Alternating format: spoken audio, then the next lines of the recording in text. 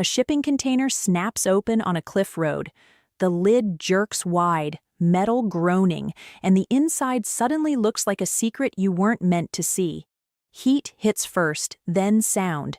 A blunt chest thump roar that slaps the guardrail and shakes loose dust from the rock wall. The box launcher coughs fire and a pale trail tears seaward, bright against the early gray. June 3, 2025, 05:21 a.m., east coast of Taiwan near Hualien. The wind comes off the water hard and salty. Spray hangs in the air like cold breath. The cliff road is narrow, slick in places, and the ocean below is dark with white chop. A JLTV sits angled for a fast exit. Engine low, lights dead. The launcher crew moves with clipped certainty, gloves on steel, boots planted, shoulders tight. Out on the water, gray hulls push through morning haze. Not one, several. Flat decks and blunt bows, floating parking decks that look too calm for what they imply. The Type 075 Hainan holds the center like a heavy anchor. Nearby, the Type 071 Kunhunshan rides slightly behind, a bulky shape that screams cargo without ever saying the word. Around them, the knife-edge guards spread wide, fast, and sharp. Wakes, carving clean scars across swells. No speeches, no analysis, just motion. A Type 052D escort presses the coastline, angling in as if to squeeze the shore itself. Its bow throws white water sideways. The move feels deliberate, like a shoulder check in slow motion. And above it all, tiny dots appear. First a few, then more. Black specks in a swarm that thicken until the sky feels crowded. The Marines don't stare. They don't admire the shot. They start packing up before the echo dies. Chains clink, latches slam, a tarp whips like a snapped sail. The road team folds the launcher down, seals the doors, and makes the whole thing look like boring freight again. Then the convoy vanishes around the bend, tires hissing on damp pavement. A drone dips toward the turnout. Its hum grows louder, then wavers as the trucks disappear behind rock. The air smells of wet stone and scorched dust. The sea below keeps rolling, indifferent and loud. Hook comes fast. The drone cloud doesn't hover politely. It drifts inland, low and curious, like cameraed flies looking for heat and movement. One passes near enough that the whine inside its buzz cuts through the wind. A Marine flinches anyway, then steadies himself. He's young. You can see it in the way he grips the metal edge of the cargo crate too hard. His knuckles go pale. He forces his fingers to loosen, breath in, breath out, because shaky hands can ruin timing, and timing is the whole game. The team leader doesn't shout. He taps 2 fingers on his helmet. Move now. Down offshore, the beach seekers keep coming on. The first missile's trail has faded, but the message hasn't. The big troop ships hold course like they're daring the cliffs to speak again. Helicopters lift from the flat decks, rotors chopping the air into hard beats that you feel in your ribs even this far inland. The escorts slide wider, not rushing, just crowding in with quiet confidence. The road curves, the cliff leans in. The ocean drops away on the left like a dark step. Another turnout appears around a kink in the highway. It looks ordinary. Scrub grass, a battered signpost, a thin strip of shoulder. But tucked under a tarp is another plain steel box already chained down, already waiting. The Marines strip the cover in one sharp pull. Wind snaps it like a flag. The second container sits there like a dare. Above, the humming cloud multiplies again. A handful becomes a messy handful, becomes too many to count at a glance. The Marines feel the pressure without naming it. They don't talk about being hunted. They just keep leapfrogging. Offshore. One escort nudges forward until it's less than a 4-mile closer than before. Not close enough for details, but close enough that you can see sun glare flash along its side. In hard, quick bursts. The team leader raises a hand, ready to signal the second box, then pauses as the sea picture shifts again. A horn-like blast rolls over water. Helicopters spread outward. Drones tilt and drift toward the cliff line like they found a scent. He lowers his voice to a calm, flat thread. On my mark. The first container is already empty, and the sea answers back with something fast. The fast thing arrives low, not high like fireworks, flat and hungry. A wavely dart that rips toward the cliffs and makes the air feel thin. You hear it before you see it. A tearing rush over water. A hard line of sound that rises fast. Then a sharp flash out at sea, and a sea-hugging streak skims in so low it seems to shave the tops of swells. Split-second choice. Two options. Stay on this bend and risk being pinned, or gamble everything on the second sight.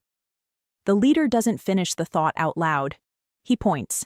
The convoy turns. The strike hits rock and water. Spray and dust leap up like a dirty curtain flung across the road. It's close enough to taste salt on your lips, far enough that the trucks keep rolling. Pebbles skitter across the asphalt. The air turns bitter. Wet stone, burned fuel, and that hot metal bite that makes your throat tighten. A drone drops through the haze, its hum spiking, then veers away as the blast cloud swallows the turnout. Rotor wash arrives a heartbeat later, slapping scrubgrass flat. A ship helicopter sweeps inland at low altitude, searching with its nose, then climbs over the ridge and disappears. The threats stack, not neatly, but all at once. On the water, the gunmetal shields pinch the coastline, wakes overlapping like crossed blades. From the decks, helicopters lift and scatter outward, rotors punching the air into hard beats. Over the cliffs, buzzing nets thicken into a lid that follows the road's curves. Near the beaches, smaller craft peel away, testing the shore in quick runs like hands on locked doors. The convoy reaches the second turnout just as the drone cloud dips again.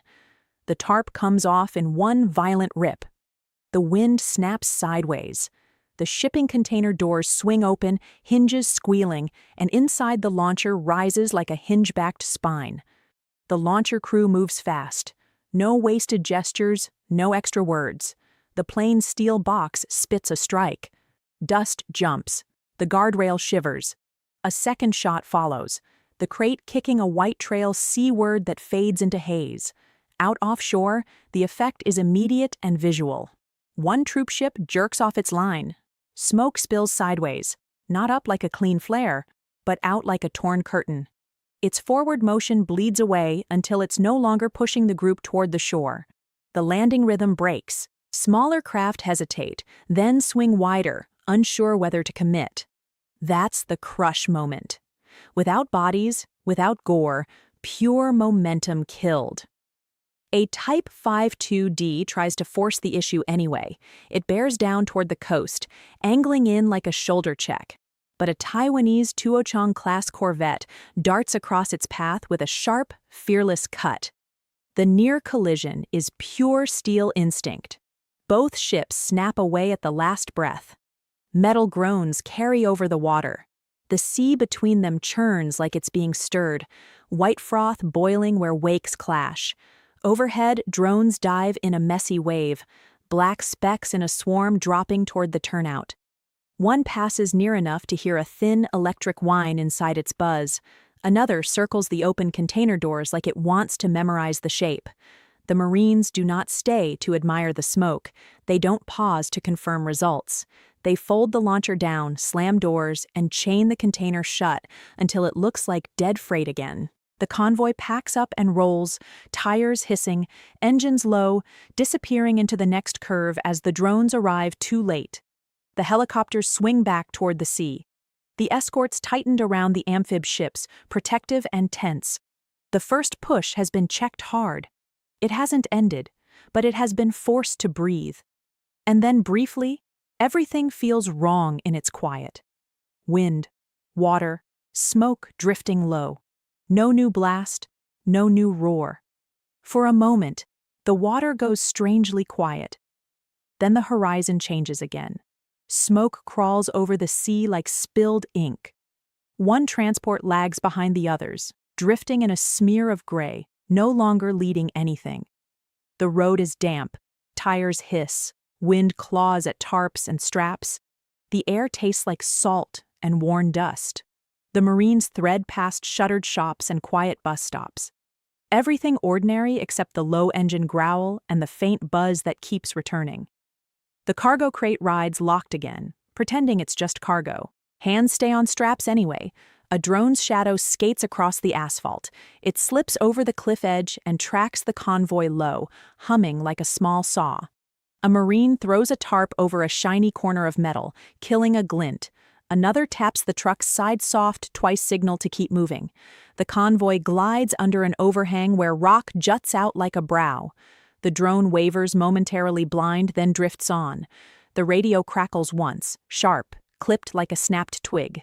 All units keep relocating. Do not settle. Down offshore, the landing group breathers. The escorts hold close, forming a moving shield without ever needing to say it. Helicopters hover and shift, restless.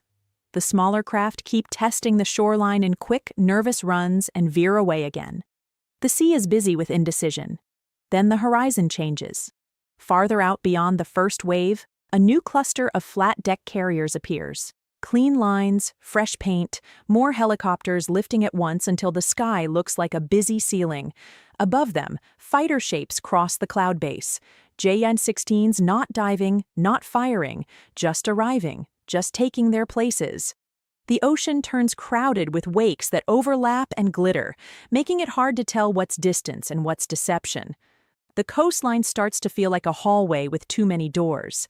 Every bend could hide a box launcher. Every straightaway could become a spotlight. But the hallway is long, and the Marines are few. Third sight. Another plain steel box waits under a thin tarp. The lock is stiff. The hinge squeals. Wind shoves at the doors as they swing open. And the metal smells cold, despite the sun climbing higher. Inside, the launcher sits folded, patient, and heavy. A Marine stares at the ocean and realizes the worst part. They can fire again. They can make another ship hesitate. They can break momentum one more time, but they can't be everywhere. Above the ridge, the humming cloud returns, softer now, but stubborn. Down near the shore, those small craft dart in and out again, still searching for a place to bite. Offshore, the knife-edge guards hold position, tense as drawn wire. The new ships don't stop arriving. They simply stack behind the first push, ready to try again with fresh weight. The team leader looks at the sea, then at the next road, then at the unopened container, making the same choice again. Move, hide, strike, vanish. Chains clink. Wind whistles through scrub grass. Engines idle low. The first wave stumbles, but the next one keeps coming.